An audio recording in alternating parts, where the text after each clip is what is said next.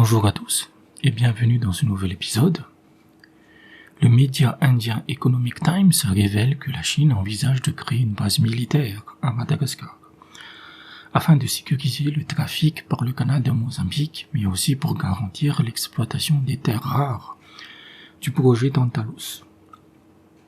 Mais quand on regarde le virage géopolitique du gouvernement malgache actuel, il faut pondérer cette révélation.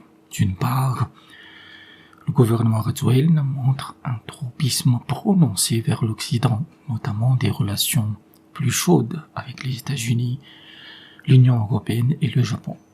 Ce dernier, par exemple, est le principal investisseur de l'extension du port de Tamatave.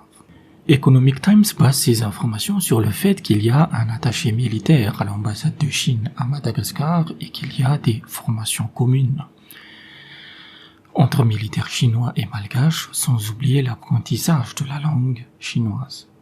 Mais c'est aussi le cas de la France où récemment, des militaires français ont mené des formations avec l'armée malgache. Même si la relation entre la Chine et Madagascar reste excellente, cela ne signifie pas qu'on va aller vers une base militaire. Parce que la question principale serait pourquoi faire? Selon des diplomates, la Chine cherche à accroître sa présence dans le sud-ouest de l'océan Indien. Dans le nord-ouest, elle a déjà une base militaire à Djibouti, la seule base étrangère chinoise, et elle veut combler l'autre extrémité avec une présence militaire dans le sud-ouest de l'océan Indien. 3 pays ont été envisagés: l'Éthiopie, la Tanzanie et Madagascar. Et selon toujours de diplomates, c'est la grande île qui serait privilégiée par la Chine.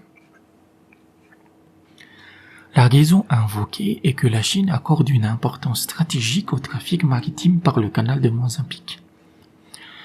Grâce à ses investissements massifs pour construire des ports au Myanmar et au Pakistan, la Chine peut utiliser de nouvelles routes maritimes qui sont plus rapides et donc moins chères. Mais surtout, cela lui permet d'éviter le dilemme de Malacca. Ce dernier est une crainte de la Chine que ces routes maritimes passent par des pays hostiles qui pourraient facilement bloquer ses navires. Et l'importance stratégique du canal de Mozambique est connue de toutes les grandes puissances. C'est la raison pour laquelle le Japon a balancé 400 millions de dollars sur les 600 millions pour agrandir le port de Tamatave. La seconde raison est la sécurisation de l'exploitation des terres rares à Madagascar. On estime que le pays possède 1,2% des gisements de terres rares dans le monde. On pourrait trouver ça ridicule, mais ces minerais portent bien leur nom. Même si on les trouve un peu partout, il n'y a que quelques pays qui possèdent des concentrations suffisantes.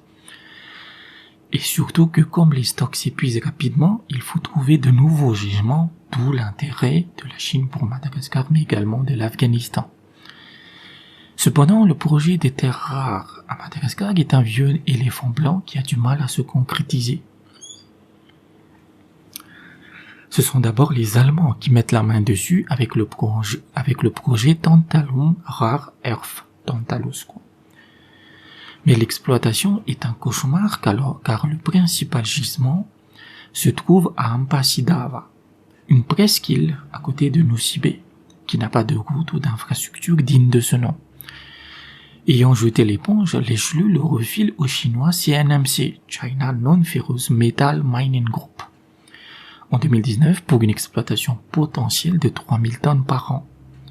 Selon les estimations, on aurait environ 562 000 tonnes d'oxyde de terre rare à Madagascar.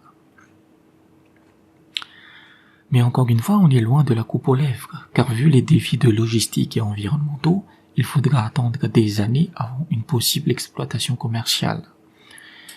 Mais on sait que les Chinois ont l'habitude de planifier sur des décennies. Et dès qu'il y a eu les rumeurs de cette base militaire chinoise à Madagascar, l'Inde veut répondre à la bergère.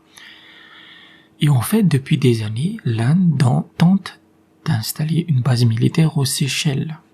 précisément sur l'île de l'Assomption. Au début, c'était juste un partenariat informel afin de réparer et approvisionner les navires indiens en carburant.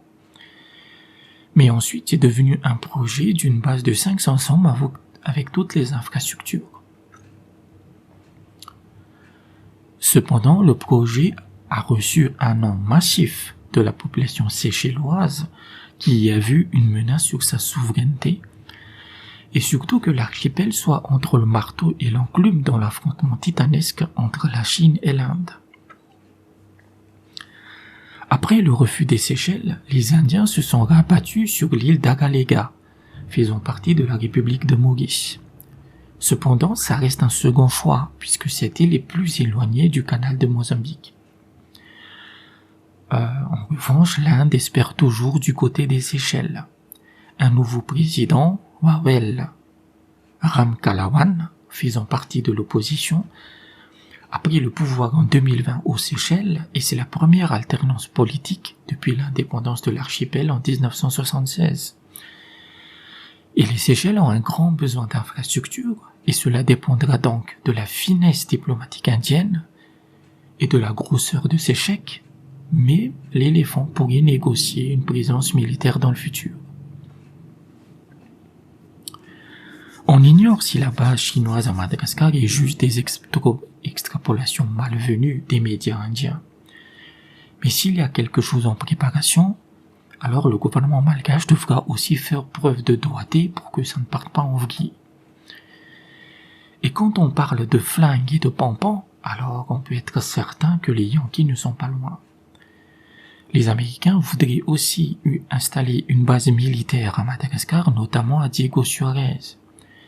Cette ville dans le nord du pays a quand même été créée par les Français pour être la principale force maritime dans l'océan Indien. Les Américains, comme de nombreux pays, se sont aperçus de la vulnérabilité du canal de Suez, où un seul navire peut bloquer 20% du trafic maritime mondial. Donc, au-delà des terres rares, c'est le trafic par le canal de Mozambique qui intéresse toutes les grandes puissances. 2022 est le 50e anniversaire des relations entre la Chine et Madagascar. Il sera célébré dans quelques semaines, et peut-être qu'à cette occasion, on aura une annonce importante. Mais pour le moment, il faut considérer ces informations avec le grain de sel nécessaire. Cependant, une chose est sûre, Madagascar et les autres pays de l'océan Indien sont amenés à être ballottés par le jeu des grandes puissances, car la survie de cette dernière dépend du contrôle de leur trafic maritime.